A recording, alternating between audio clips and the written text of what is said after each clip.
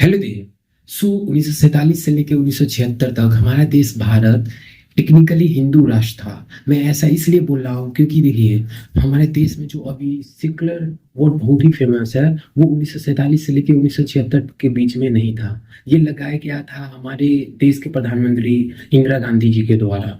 इंदिरा गांधी जी ने जब आपका लगाया था 1975 में, तो उसी के एक साल बाद यानी कि 1976 में एक अमेंडमेंट लाया था, और उस अमेंडमेंट का नाम था 42nd amendment act of India. So ये amendment 42nd amendment act of India 1976 में पारित किया गया था, और इसके तहत हमारे देश के जो कॉन्स्टिट्यूशन है उसे चेंज करके, और उसमें जो सेकुलर शब्द नहीं था उसे उसमें सेकुलर शब्द को रखा गया। ज्यूस पूरे दुनिया भर में 2 करोड़ भी नहीं है उनकी आबादी, मात्र 1.5 करोड़ की आबादी है उनके पूरी दुनिया भर में, बट फिर भी उनको एक देश है इजराइल।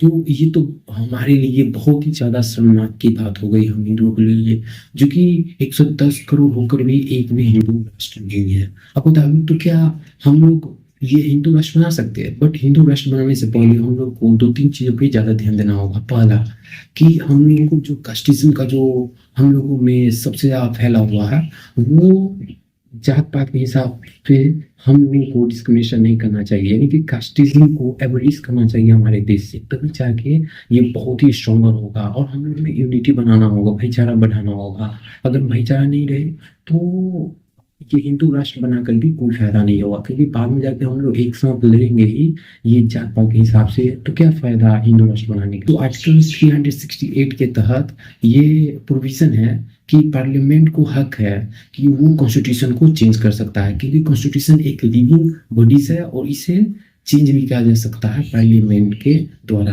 तो पहले बिल पारित करना होगा दोनों हाउसों में से। हमारे संसद में 2 हाउस है, एक अपर हाउसेस और एक लोअर हाउसेस। अपर हाउसेस जिसे राज्यसभा के नाम से जाना जाता है, और लोअर हाउसेस जिसे लोकसभा से भी जाना जाता है।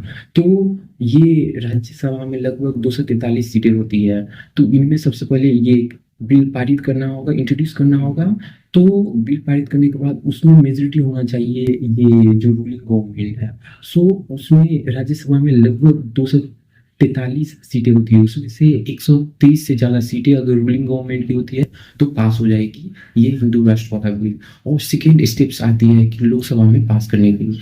लोकसभा में पास करने के लिए 543 में से लगभग 272 से ज्यादा सीटें होना चाहिए रूलिंग गवर्नमेंट को, तभी जाके वो पास करेगी। और तीसरा स्टेप्स आता है कि वो जो बिल पारित किया गया दोनों हाउस के द्वारा, राज्यसभा के द्वारा और लोकसभा के द्वारा, तो वो जाके साइन होना चाहिए ये प्रेसिडेंट के द्वारा। प्रेसिडेंट राष्ट्रपति से जब साइन होगा तब जाके वो लॉ बन जाता है। इतना बड़ा प्रोसेस है ये हिंदू राष्ट्र बनाने का। ये बहुत लेंथी प्रोसेस है। तो हाँ, बीजेपी के पास एक मौका था, बट वो मौका वो गवा